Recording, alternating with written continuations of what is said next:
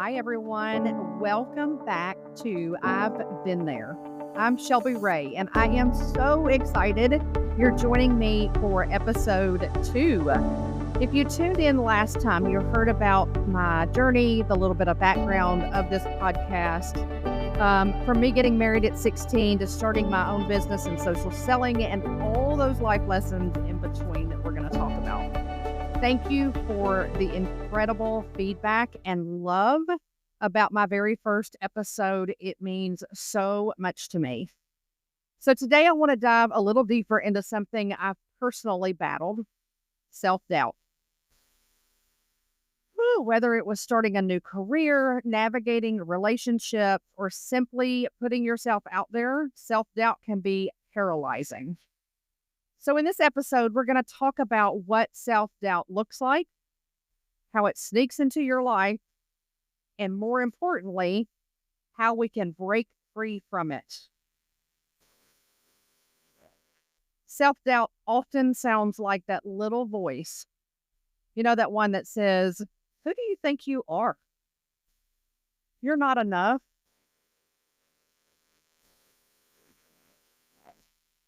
What will people think about you?" They're going to laugh, right? They're going to think you're crazy.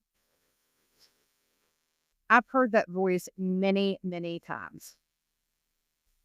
Oh, so many times. And I questioned everything I've done, probably 10 or 15 times. Every time. Self-doubt often sounds like that little voice that's telling you, "Who do you think you are? You're not enough. You're not smart enough. You don't have what it takes. You're a single mom. You've got 3 kids to raise. What are you thinking? You need to focus." You're right. I do need to focus, but I need to focus on me. So that little voice that you hear that's telling you all of these doubts, that's the one we need to get rid of. That's the one that has kept me from doing things that I've wanted to do throughout the years. And I finally knocked that little voice off my shoulder. Have you ever seen that picture where the little angel is on one shoulder and the devil is on the other? Well, I call that intuition is on one shoulder and self-doubt is on the other. Because that little voice, we've all been told throughout the years to listen to that gut feeling, right? That little voice that's telling you that something's just not quite right. We don't listen to that one either, or at least I didn't or don't. Can you relate to that? But I have learned to listen to it over the years. But we have to distinguish between that intuition, that gut feeling that something's just not right, from self-doubt. So self-doubt is, like I said, that little voice that said, "Who do you think you are? You didn't even finish high school. Nobody's going to take you seriously." And did I finish high school? No, I did not. I got a GED. I'm very proud of that GED. I actually have it framed and it's hanging in my office. So that's just a little bit of something that should tell you that whatever you accomplish, even if you feel like somebody may laugh about it, somebody may think it's very insignificant, it's not. If it's significant to you, it matters. So if you are like me and got a GED, frame it. Look at it every day and say, "You know what? I may have quit, but I did complete that." So that's just a little bit of some journey along the way. So I questioned everything. Am I too old for this? What if I fail? What will people think about me? So looking back, I realized self-doubt wasn't just about fear of failure. It was also about the fear of judgment. Stepping out into the unknown and questioning my own worth. Why do we do that? Why, as women, do we question our own worth? That is such a different episode, but we're going to get into that later. But here's the thing. Self-doubt doesn't care about the facts. It's fueled by our deepest insecurities, often fed by experience from our past or criticism from others. And recognizing that is the very first step toward freedom. So let's acknowledge that feeling. We can't fight what we don't acknowledge. Sometimes we try to shove those negative thoughts aside, but when we identify them, it helps us realize they're often exaggerations or just outright lies. The things we create in our mind can be so overwhelming. And if you really sit down and think about it, it's not even true. Nobody even really said those words to you. It was just something you created in your own mind. I'm not saying that they're not real to you, because they are. They've been real to me. I thought they were real. And for that moment in time, they were real. But you had to understand to get rid of that monster, to get rid of that real monster you found under your bed. So here's what I do every day. I journal every day. This is what helps get over the lies. This is what helps get over that self-doubt, because when you write it down on paper, it becomes real. Okay, at that moment, it becomes real. And so when you write that down, and I write the sentence, I'm not worthy of being an entrepreneur. I'm not worthy of running my own business. When I write that down, it looks silly. Sometimes, I'll be honest, it makes me mad to think that I ever had that lie in my head, because I am capable of anything that I put my mind to. You are capable of anything that you put your mind to. So I do encourage you to journal and write these things down, because they do, when they become real, then you can decide if it's a fake real or if it's a real real. You know what I mean?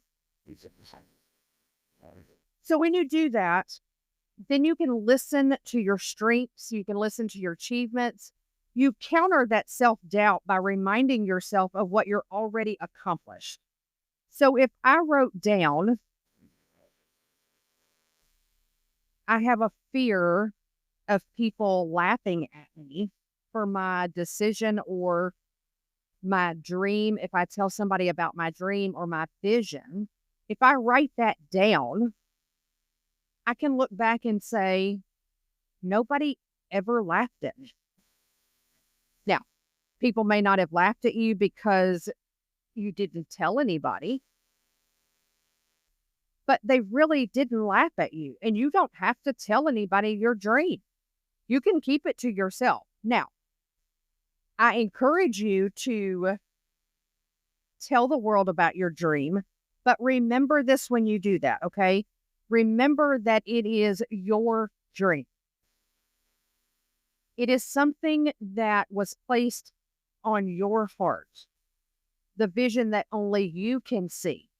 Even your significant other, even your best friend, even if you told those significant people, like I can tell Kurt, this is my vision. Now, is he 100% supportive of me? Absolutely. Absolutely. But can I see it written on his face that it's kind of a crazy idea? I can see that. However, I know that it's my vision and he can't see what I can see. So it's okay. He's not laughing at me. He's not doubting me. He just can't see what I can see. So I want you to remember that when you begin to express yourself to your significant other, to your mother, to your best friend, to anybody, remember that if they say, that sounds crazy, or are you sure you can do that? Or I I don't know. I've never heard of anybody doing that. Remember that that's not doubt on what you can do. It's they just can't see your vision. So we're going to counter that self doubt by reminding ourselves what we already accomplished. It might be raising a family, getting a certificate, navigating through the difficult relationships, anything that shows you have succeeded and that you can do it again. Okay. So raising a family, right? If you're like me, I'm 54 years old. My children are grown. I have 9 grandchildren. And even though it wasn't all wildflowers and sounds of music and all of those beautiful things that we see on all the Disney movies, there were a lot of low places through there. There were a lot of things that, were said and weren't said and all that. At the end of the day, I raised 3 beautiful humans that I am so proud of. I could not be more proud. And there were a lot of hard times through that. A lot. And there's still hard times today that, questions that haven't been answered or things that haven't been said. But the overall, we all did good. We did good. They are productive and they have these beautiful children and they have these careers and they're good people. So, can I say that I accomplished a family? I can't. Accomplishment does not mean that everything was perfect. It just means at the end of the day, you did your best, and what came at the end was really good.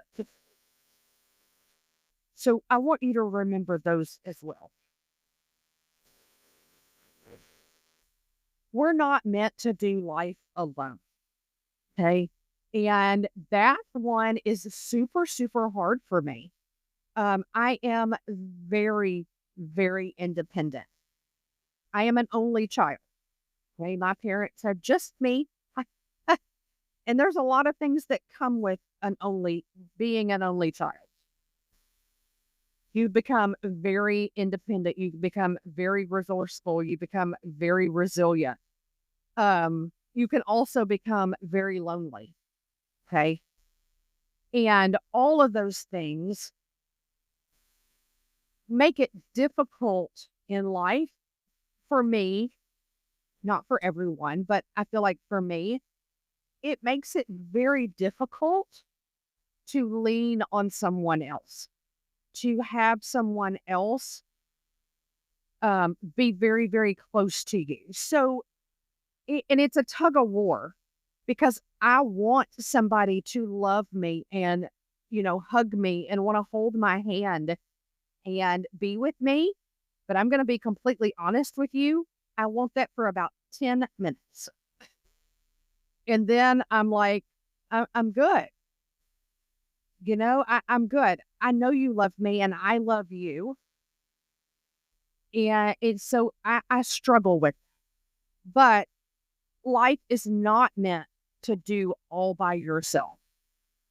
Whether it's a mentor or a friend or a significant other, somebody online that you've met, like I've met all of these wonderful women online through our community, through social selling in my business, that I cannot imagine life without them. It has been such a joy and a blessing and something I had no idea that I needed. And do you know what? That is perfect for me because I don't have to touch them and they don't have to touch me. And I'm not saying that to be weird. I'm just telling you that's how I am. And so it has been very, very difficult along the way for people to understand that, well, maybe she doesn't want to be loved. She's very hard and she's almost standoffish or what. That's not true. It's just a hard road between independence and letting someone else. Because if you've had to do it all by yourself and you've not ever had anybody to really rely on, it's very hard to rely on someone else. So, but these people that you do let in, these people that you seek their support, and they have really shown you what love is about. They've really shown you what support is about. They've really shown you that no matter what, at the end of the day, whether you got mad, whether you got angry, whether you cried, whether you laughed, at the end of the day, they're going to love you no matter what. And that is the beauty in seeking other people for your support, for their support. They often see the best in us when we can't see it. And that's what I have with Kirk. So it took me a lot of years and several men to figure this out, to find him. But here's the beauty of that. Do you know, he told me that it was the exact same way for him as well. He's been through several relationships too. So when I tell you that we have found our soulmates, we truly have. Kirk and I we were two people walking this earth that needed one another, and our paths crossed. And thank goodness they did. So how do we really start to control this self-doubt? We're going to take our baby steps. What do I tell you all the time? Action builds confidence. So when I started social selling 4 years ago, I'll just tell you this. I am a very outgoing person. Okay. I'm very, very passionate. And people take my passion sometimes as being very overbearing. People think I'm angry all the time. And I will tell you the truth, I'm rarely angry, but I am extremely passionate.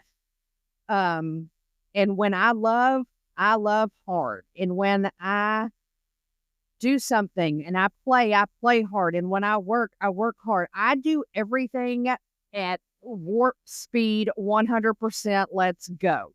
There is no, well, we'll try this out and kind of do it halfway. Heck no. It is full speed ahead. We are going to crash and burn. This is just the way it is. So action builds confidence. And so when I decided to do social selling and start on Facebook and Instagram and all of that, 4 years ago, it was like, okay, well, you need to go live on Facebook. And that wasn't even a thing. I mean, it had just come out. And I was like, okay, well, I'm going to push this button and it's going to be like a video, but it's going to be like a live stream and people can talk to me. Well, here's what happened. Nobody talked to me. So I am doing this live on Facebook. Nobody's talking to me. I'm just talking to people in thin air. And I was like, this is crazy. But you know what? It was a little fun. I could just be me and I was talking to this screen and then people started following me and then people would get on my live and talk just like they do today. And it has been a real blessing. I've met all these people, but the point of that was that I had to hit that button. I had to hit that live button. And I had to go, and I was still working a full-time job at the time I started this. Outside of the home, I left, I did the whole 9 yards. These people that I would go to work, they knew I went live. I would have to face them face to face. And you want to know what happened? Most people were very supportive, but I did have a few that laughed in my face, that were like, they would make fun of it. That's a little more of that self-doubt. But then I had to dig deep and was like, I'm going to show you that this is not just funny. You're not going to make fun of me. I know what my vision is. So I'm going to keep going. And thank goodness I did. It has been the biggest blessing, I promise you. So start with small, manageable goals. So at that time, I said, okay, I will go live 3 times a week. And I can't even remember what days I chose at that point. But I was like, all right, I'll go live 3 times a week. I can do 3 out of 7. Okay. And so I did that for a little while. And then it was like, all right, I'll add in another. Then reels started to come in. And then stories on Facebook started to come in. And you learned all these new things about social media. And let me just tell you, at 54, the iPhones and the Androids and the computers and all of that is not something we all grew up with. I had to learn like I was going to the first grade for the very first time. Here's what the kicker is. I wanted to learn. I wanted something different for my life.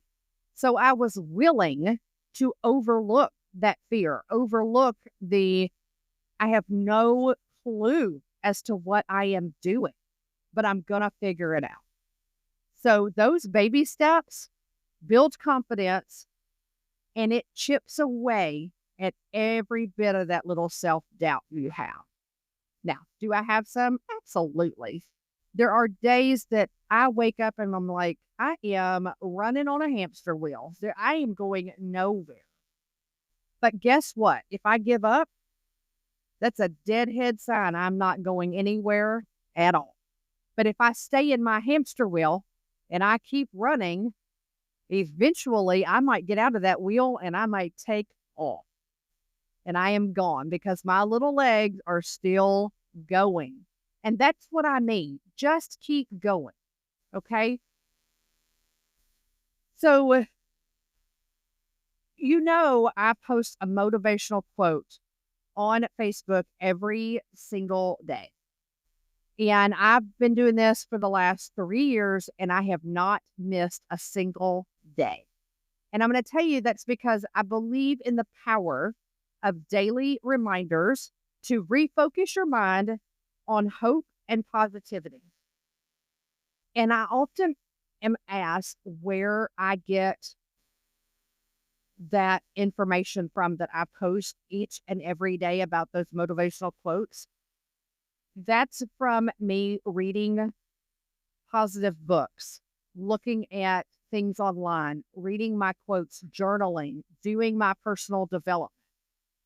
Every single post comes from my heart every single morning. Now you can schedule, you used to not be able to schedule things on Facebook. Now you can. You can schedule them, like a week in advance or whatever. I have not ever scheduled one motivational post for those mornings ever, because it is something I truly wake up each and every day and it comes from my heart. I look at the sunrise every day. I look at like I said, my personal development, my books, my journaling, everything. It is just something I feel that I need to just send from my heart every day. So I want you to know that is there from me every single day. That is not just something that I saw on the internet or anything like that. So I pick a quote and I say it every single day. And so I want you to do the same thing. When you read my Facebook post every morning And it is that motivational post for the day, and it has that quote. I want you to repeat that quote, especially if it speaks to you that day, because it's going to help you eliminate that self doubt. It's going to help you eliminate those worries that you have, and it's going to help you take that next action step. So, wherever you are in life, whether you're 20, whether you're 40, whether you're 54, just like me, remember that self doubt is just a feeling, it is not a fact. It's a roadblock, and you can move it to the side. Every time you choose to believe in yourself, you're laying another brick in the foundation of your future. So I want you to take one step this week towards something you've been hesitant about. Maybe it's signing up for that class, posting your first social media reel, going live, or reaching out to someone you admire. Just do it. Show yourself that you can do it. Heck, start with a story, because you want to know why that's easy. When I do coaching calls and I tell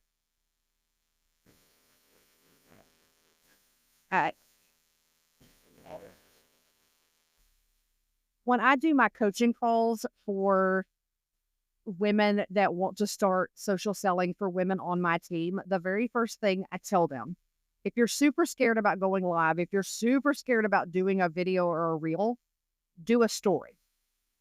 You want to know why? Because a story is gone in 24 hours. And it's a way to jump in without jumping into the deep end. You can start in the shallow end. Now, personally, girl, I think you ought to jump off the high dive and jump all in. But if you can't, don't just tip a toe. At least get all the way in the shallow end. Okay? Show yourself you can do it. I know you can. So I'm going to leave you with that. And I want to leave you with this one quote. Doubt kills more dreams than failure ever will. That was from Susie Haysom. Thank you so much for tuning in to I've Been There today. If you've enjoyed this episode and want to hear more, be sure to subscribe or follow on your favorite podcast platform so you can never miss a future episode. And if you found this conversation helpful, please share it with a friend who might need some encouragement. Leaving a review is an amazing way to support the show, and it helps more people discover our community of empowering women. You can also connect with me on Facebook and Instagram for your daily inspiration and behind-the-scene updates. Thank you again for spending this time with me. And remember, no matter what you're going through, you're never alone. I've been there, and I'm here to remind you that brighter days are ahead. I'll catch you next time.